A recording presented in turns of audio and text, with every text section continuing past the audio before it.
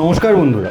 তো গতকাল টি-20 ওয়ার্ল্ড কাপের টিম অ্যানাউন্স হয়ে গেছে ইন্ডিয়া টিমের। টিমটা আগে বলে দিই, তারপর এটা নিয়ে আলোচনা করব। তো টিমে আছেন Rohit Sharma captain, Hardik Pandya vice captain, Yashasvi Jaiswal, Virat Kohli, Suryakumar Yadav, Rishabh Pant, Sanju Samson, Ravindra Jadeja, Kuldeep Yadav, Axar Patel, Mohammad Siraj, চেহল, Shivam Dubey, Arshdeep Singh, Bumrah, Jasprit Bumrah. এইটা হলো গিয়ে মেন টিম। রিজার্ভে আছেন শুভমন গিল, রিঙ্কু সিং, খলিল আহমদ আর আবেশ খান। এরা ইন্ডিয়া টিমের সাথে ট্রাভেল করবে। যদি ইন্ডিয়া টিমের ভেতরে এখন যারা মেন যারা আছে তাদের ভেতরে যদি কারোর চোট লাগে তখন এরা রিপ্লেস করবে ওর সাথে, এই জন্য ওদেরকে নিয়ে যাওয়া হয়। আমরা 3টে ওয়ার্ল্ড কাপ খেলেছি রোহিত শর্মা ক্যাপ্টেনশিপের আন্ডারে। লাস্ট ওর মধ্যে 2টোতে আমরা ফাইনাল খেলেছি। ফার্স্ট হচ্ছে ওয়ার্ল্ড টেস্ট চ্যাম্পিয়নশিপে ফাইনাল খেলেছি রোহিত শর্মার ক্যাপ্টেনশিপের আন্ডারে, আর 2023 ওডিআই এ ওয়ার্ল্ড কাপে ফাইনাল খেলেছি। আর যদি দেখা যায় তো 3টে ওয়ার্ল্ড কাপেই খুব ভালো পারফর্ম করেছি আমরা। আর এবারে টিমটাও অনেকটাই ভালো হয়েছে,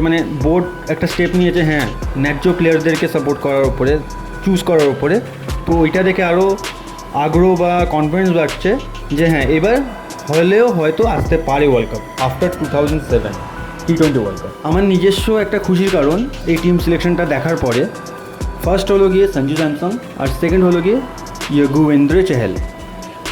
এরা দুজন এতটাই আনলাকি ছিল, কিন্তু প্রত্যেকবার কোনো না কোনো কারণে, আপনি যদি সঞ্জু স্যামসংয়ের কথা বলেন, যখন টি-20 ওয়ার্ল্ড কাপের সিলেকশন হতো তখন নেক্সট যে ওডিআই ওয়ার্ল্ড কাপ ওইটাতে ওর নাম সিলেক্ট করা হতো, কিন্তু টি-20 ওয়ার্ল্ড কাপে সিলেক্ট করা হতো না। আর যখন ওডিআই ওয়ার্ল্ড কাপ আসতো তখন টি-20 যদি কোনো সিরিজ যদি ওয়ার্ল্ড কাপের পরে হতো তখন সেটাতে সিলেক্ট করা হতো, কিন্তু ওডিআই ওয়ার্ল্ড কাপে সিলেক্ট করা হতো না।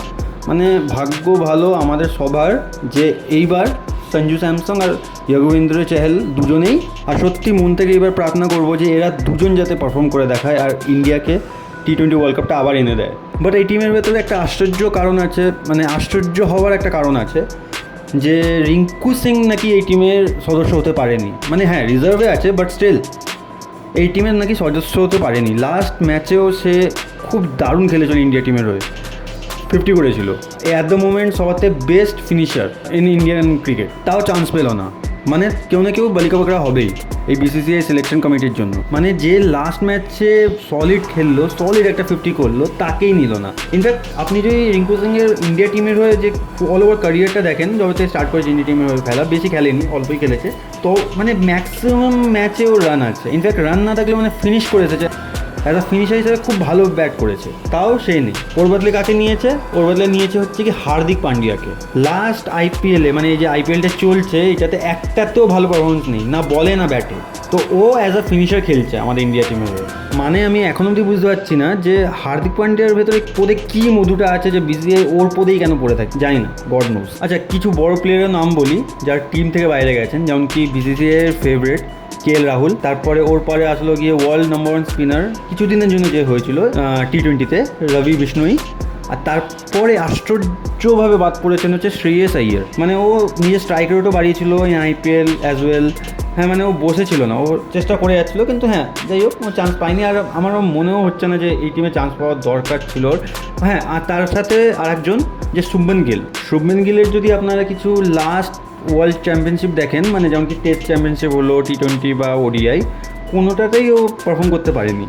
ওয়ার্ল্ড টেস্ট চ্যাম্পিয়নশিপেও ওকে নেওয়া হয়েছিল, পারফর্ম করতে পারেনি।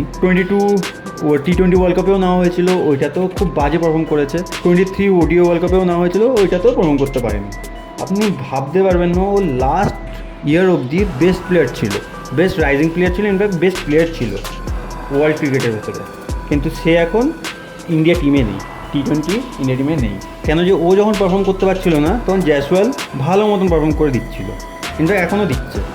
আপনি যদি আইপিএল দেখেন, জয়সওয়াল দারুণ খেলছে, দারুণ ব্যাটিং করছে as a opener.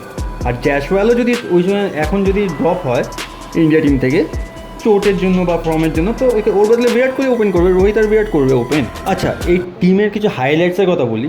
Rishabh Pant প্রথম, একটা মর্মান্তিক ঘটনা থেকে বেঁচে আসার পর, চোট রিকভারি করার পর, রিকি পন্টিং বলেছিল ও তো লাফাচ্ছে আইপিএলের ক্যাপ্টেনশিপ, কিপিং, ব্যাটিং করার জন্য, কিন্তু আমরা ওকে এত তাড়াতাড়ি এত কিছুর মধ্যে ইনভলভ হতে দেবো না বিকজ অফ হিজ ইনজারি। ও পুরোপুরি ফিট না, কিন্তু সে সব কিছু ছাপিয়ে, সব কিছু ওভারকাম করে এখন আইপিএলেও দারুণভাবে খেলছে, দারুণ স্ট্রাইক রেটে নিয়ে খেলছে, প্লাস ইন্ডিয়া টিমেও চান্স বানিয়ে নিয়েছে, মানে জায়গা করে নিয়েছে। আর ওর ভাইস ক্যাপ্টেন হওয়া নিয়েও লড়াই চলছিল উইথ পান্ডিয়া। আমার তো মনে হয় ওকে করলেই ভালো হতো, অ্যাটলিস্ট ওর থেকে বেশি বড় উইল পাওয়ার আছে, ওর মতন না। আচ্ছা, কুলচাও ব্যাক করেছে। কুলচা ইন দ্য সেন্স হচ্ছে কুলদীপ যাদব আর যুজবেন্দ্র চাহাল। মানে এদের দুজনের জুড়িটাকে অনেক মিস করেছি, অনেক অনেক। পার্সিয়ালিটির জন্য চাহাল চান্স পাচ্ছিল না। ইনফ্যাক্ট এইটা সেম অবস্থাও হয়েছিল কুলদীপের সাথেও। কুলদীপকেও অনেকদিন নেয়নি, তারপরে অনেক ভালো পারফর্ম করেছে, তারপর আর লোকাতে পারেনি, ওকে কোথায় লোকাবে বোর্ড ভাবছে, তাই জন্য নিতে হয়েছিল। তারপরে তো কন্টিনিউ ভালো পারফর্ম করেই যাচ্ছে। ইনফ্যাক্ট ওরা দুজন একসাথে যখন ছিল ভালোই পারফর্ম করছিল দুজন, কেন বাদ দেওয়া হয়েছিল কেউ জানে না। ওদের দুজন জুড়িকে আবার দেখতে পারবো, এটা ভেবে অনেকটাই বেশি আনন্দ লাগছে। আচ্ছা, এই টিমটার যদি আমি উইক পয়েন্ট বলি, তো উইক পয়েন্ট বলতে তেমন কিছু নেই, শুধু এর ফাস্ট বোলিংটা একটু মনে হচ্ছে আমার একটু উইক। কেন যে জসপ্রীত বুমরা, তারপরে মোহাম্মদ সিরাজ আর আর্শদীপ সিংকে নিয়ে যে যাচ্ছে এরা, তার ভেতরে বুমরাই যে স্টেবল লাগছে আমাকে।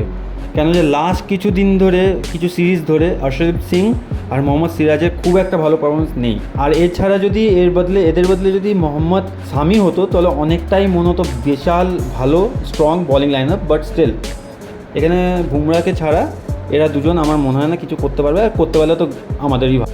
আর এই টিমটাকে আর একবার চেঞ্জ করতে পারবে ইন্ডিয়া। ওইটার লাস্ট ডেট হচ্ছে গিয়ে 25th of May, ওইটাই হচ্ছে লাস্ট ডেট। তার ভেতরে টুকটাক চেঞ্জ করতে পারবে, তো লেটস সি। আর আপনাদের কি মনে হয় আমি মন্তব্যগুলো দিলাম, এগুলো ঠিক না ভুল? Please let me know in comments. Thank you.